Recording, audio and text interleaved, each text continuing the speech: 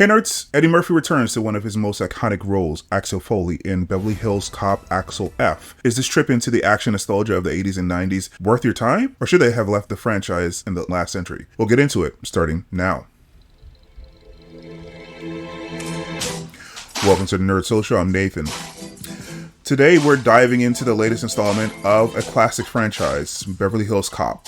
Let's see if the new adventure lives up to the legacy. The spoiler-free logline for this film is Detective Axel Foley is back on the beat in Beverly Hills after his daughter's life is threatened. She and Foley team up with a new partner and old pals, Billy Rosewood and John Taggart, to turn up the heat and uncover a conspiracy. This movie is directed by Mark Molloy, making his feature film debut, with a screenplay by Beall, known for Bad Boys Ride or Die, and Zack Snyder's Justice League, and the team of Tom Gormican and Kevin Etten, known for the unbearable weight of massive talent, and of course it's produced by industry titan Jerry Bruckheimer. This film aims to bring the beloved character of Axel Foley into the 21st century while staying true to the essence of the original films. This film stars, of course, Eddie Murphy reprising his role as Axel Foley, and just in case you don't know who Eddie Murphy is, he's known for his performances in Coming to America, The Night Professor, and many other films in the 80s, 90s, and early aughts. Murphy brings his signature charisma and humor to the role, but also some grounded acting compared to some of his more over-the-top performances in the past. Justice Gordon-Levitt joins as Detective Bobby Abbott, offering a fresh and dynamic new challenge to Foley's methods, recognized for his films like The Dark Knight Rises, Inception, and 500 Days of Summer. Taylour Paige plays Jane Saunders, Foley's daughter, adding depth and personal stakes to Axel's adventure. Known for her performance in Zola and Ma Rainey's Black Bottom, she brings charm and emotional complexity to her character. Paul Reiser reprises his role as Jeffrey Friedman, Reiser's beloved comedian and actor known for Aliens, Mad About You, the sitcom, and more recently The Kominsky Method and Stranger Things. Bronson Pinchot also returns as Serge. Pinchot, famous for his work on Perfect Strangers, brings back the fan favorite character. Judge Reinhold returns as Billy Rosewood, a role he reprised in each installment of the Beverly Hills Cop franchise. Reinhold is known for his roles in Fast Times at Ridgemont High and The Santa Claus. And John Ashton is back as John Taggart. Ashton, recognized for Midnight Run and Gone Baby Gone, continues his legacy in this franchise. And finally, Kevin Bacon joins the cast as Police Captain Cade Grant, bringing his extensive experience from filmmaking, in case you don't know who Kevin Bacon is, from films like Footloose, A Few Good Men, Mystic River, to name a few. So let's get into it. Did they have to make this sequel? Of course they didn't have to make the sequel, but is it a waste of your time? I think that there's definitely a nostalgic appeal here. The film maintains the comedic elements of the original while integrating more modern cultural elements, offering a nostalgic trip with Eddie Murphy's return. I really appreciate the effects. Action sequences are notably practical, avoiding over-reliance on CGI, which keeps the stunts feeling more grounded. The plot is predictable, though. If you're looking for like a new spin on the action genre, this is not it. This is meant to be nostalgic for those films in the 80s and 90s. The villain's identity, I'm sure you'll be able to guess within the first 10-15 minutes of the film,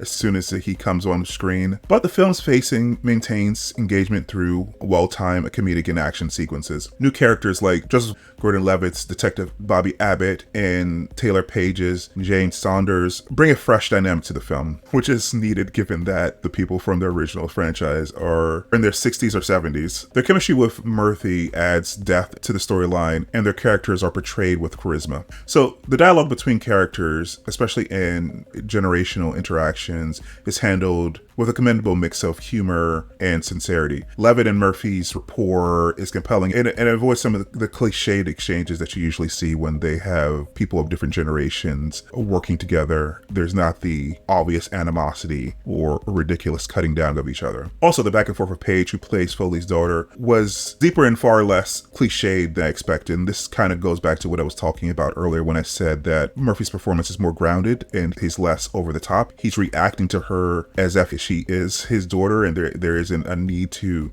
do jokey jokes all the time. He's responding to her in a real and grounded way. They actually spoke like real human beings, given the situation that's set up in the movie.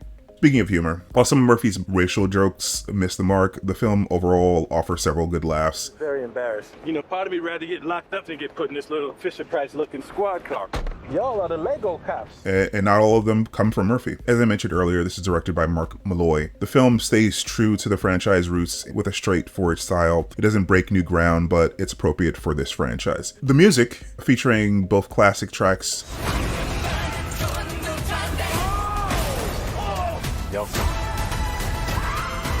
and new contributions, enhance the film's energetic vibe and connect to its origins. Kevin Bacon delivers a solid performance as an antagonist, though his character lacks flair compared to his role in another movie that's coming out this week, Maxine. Overall, I think the film strikes a familiar chord with its action-paced sequences and its practical effects, providing a fun and engaging viewing experience despite its formulaic plot. It's definitely more enjoyable than many of Eddie Murphy's recent films, such as the Coming to America sequel. In my final analysis, Beverly Hills Cop Axel F earns a date night rating, or a 6 on our scale. It's a film that promises a good time with bursts of nostalgia and new adventures, a deal for a lighthearted evening. While it may not reinvent the wheel, it offers enough to satisfy fans of the franchise and newcomers alike. Have you seen Beverly Hills Cop Axel F yet? How do you think it compares to the original? Share your thoughts and comments down below. And if you enjoyed this review, hit the like button and share. If you're new here, subscribe for more analysis like this. Alright guys, bye.